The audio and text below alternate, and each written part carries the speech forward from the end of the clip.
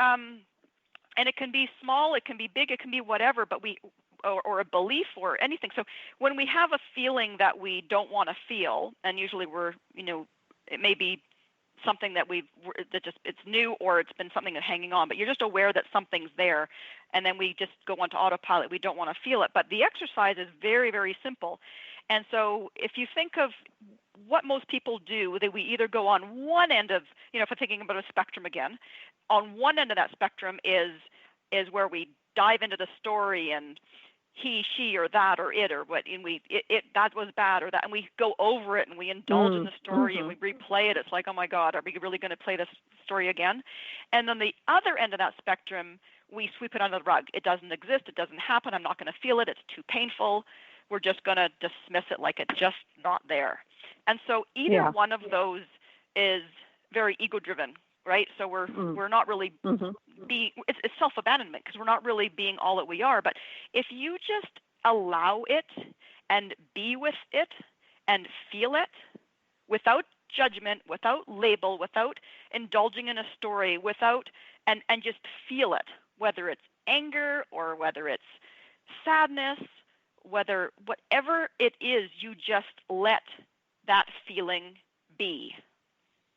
We just let it be.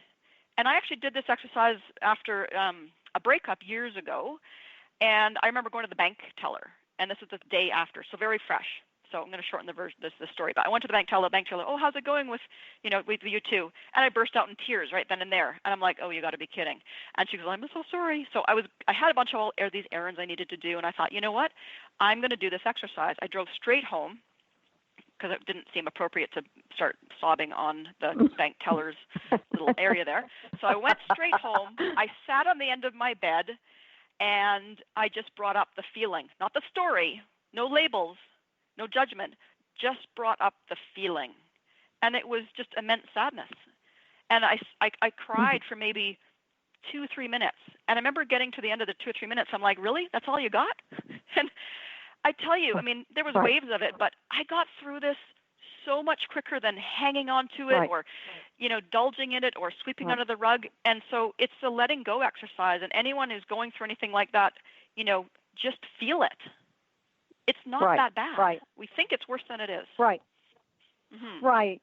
Yeah. And I have found that in my own life too, is if I don't actually allow it and stuff it, then I think I'm thinking people out there might relate to this, then we've stuffed it and it comes out in maybe anger later. Yes. Or, maybe it could be something that you're upset about your husband or whatever, and it will come out in anger later. But allowing it, this is really neat, Janine, because this is one thing I've been practicing in my life. I allow it, I feel it, I actually feel it. And I've learned that it's not that it's not as bad as I thought it would be, but it just goes quicker, like Janine said. I'm going, oh, okay, well, that's it. And because it's almost like we have to give ourselves permission to feel it. It's almost better to stuff it, and we think, so how are you doing? Fine, I'm doing, and you cover it all up. Except that yours was there when the teller asked you and you started crying. So I think that's important for us to give ourselves permission to do this step that she said. And I guarantee out there that if you do this, there will be times you'll go, oh, well, I feel so much lighter. I feel freer because I've just allowed myself to acknowledge the grief or whatever, the sadness, and then go on. Yeah. Great point. I love it. And I to add to the stuffing part, like when you stuff it, it actually gives it power, right? It gives it power. Yeah. And over time, it's just going to get louder because it needs to be acknowledged. And when you feel it, it loses its power. And it is, like you said, it's just so liberating. Right. Great point. So when we stuff it, we're giving it power. When we numb it, if we numb it with food, if we numb it with drugs or wine or whatever, when we're numbing those feelings, we're giving that situation power. Absolutely. That's giving your power away. Yeah. And so to take your power back, feel it. Absolutely. And it is, and it hurts. It hurts, and you'll cry. But you will be amazed at how you feel. Isn't that your experience also? Absolutely. Yeah. And it's still a reminder. Yeah. Am I, perfect all the time? But, but it becomes more of a habit where you just don't go to those places where you stuff it or where you, indulge it. It's like, okay, no, I'm not going to keep telling that story. That's kind of getting old and no one cares and it doesn't give anyone, doesn't serve any purpose, right? So right. You learn to just be in a different place. Right. Right. And I also think it's, again, like a lot of things in life, as you develop that muscle, you will go to it quicker. And like Janine says, are we perfect? No, nobody's perfect. And you won't perfectly, when you have another situation, you won't perfectly, I'm going to go allow it. But somehow, as we develop that muscle to do it over and over again, you will go there quicker. Absolutely. Yeah. Yeah. It's a practice. Yeah. It's a practice. Janine, this has been so enlightening. Can you tell my audience how they can get a hold of you? Absolutely. And what you have a free gift for them, which I'm excited about. So share that. I do.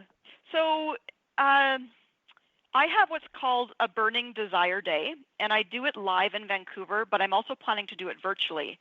It's a 3-hour event. And even if you're not in the Vancouver area, would love to connect and if this resonates at any level. But basically, I work with women, I say modern successful, but it's women who've had some level of success, but just feeling like they're missing. So it's all around reclaiming your personal power, your energy, getting super clear what's calling you, accessing your truth. I say that with a capital T, so you're not looking for answers where they don't exist. And just start creating that wealthy life. And when I say wealth, that's beyond money, but health and career and relationships. So you can start living from a different place, a place of more liberation. So if that appeals to you, I would love to connect, even just to, have a sort of a exploratory kind of conversation. My link is janinebrolly.as.me/desire. I'll just spell that out. JANINEBROLLY.as.me/desire. Well, thank you. That is so generous. Tell me, you said something about the Burning Desire. Is it a retreat or a class? And if it's live in Vancouver, just in case I've got some Canadians out there, like Janine and I are Canadian, yes. If they wanted to find out about that, when is that live in Vancouver? Yeah, so it is live in Vancouver, and again, I'm going to be doing them virtually. It's the Burning Desire Day, and the first one is October 1st, and the second one is October 16th. And it's going to be actually in North Vancouver. But, if there's a will, there's a way. If someone wants to work with me and learn a bit more about this work, which, has been so transforming for myself, but also my clients, would love to connect. Great. Thank you. So if you have questions about my show or a guest on my show, such as Janine, let me know at lorrainehoving.com. And I'd love you to go there and download a free chapter of a book, not a free chapter, a free chapter in a book about my story. And Janine actually is in the book also, called Life Boost.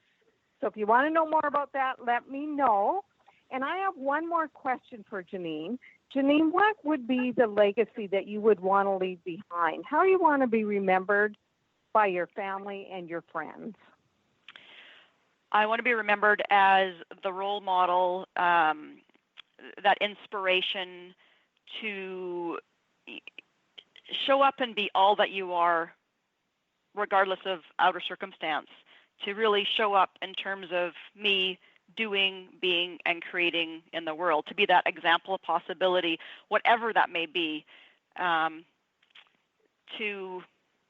it's not about being better than anyone, but being the best you can be. And I know that sounds really cliche, sounds very Oprah-ish, but it really is true.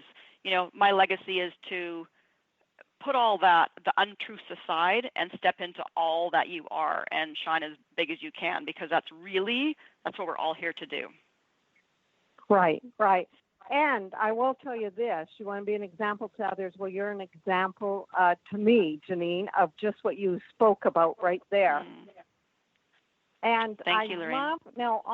yeah, you're welcome. And audience out there, I'd love you to hear and use that tool, because I think that tool that she presented at the very end of this call about allowing and feeling what you really feel, because if we just ignore it, it's going to get worse and we're just fooling ourselves. So let's love ourselves, be aware, and feel what we feel, and then let's move on to create a legacy like Janine just spoke of. That's just wonderful. Well, thank you for being here today. Thank you for having me. I wish I could see you in person. Yeah. I know, soon. But yeah, soon we will. So thank you to my guests out there, and thank you to the audience for being here and listening. And my goal and Janine's goal is that you have tools to implement today. And remember, it is never, ever too late. It's not ever too late to learn how to love yourself, to become aware, to learn how to live and sit with your feelings. It's just not too late. It's so exciting to know that you can start today. It is never too late to live a life of purpose. So I leave you with this. Please, it is never too late until it is. So start today. Thank you, Janine, and I will see the audience back here next week with a great guest. Thanks, everyone. Thank you.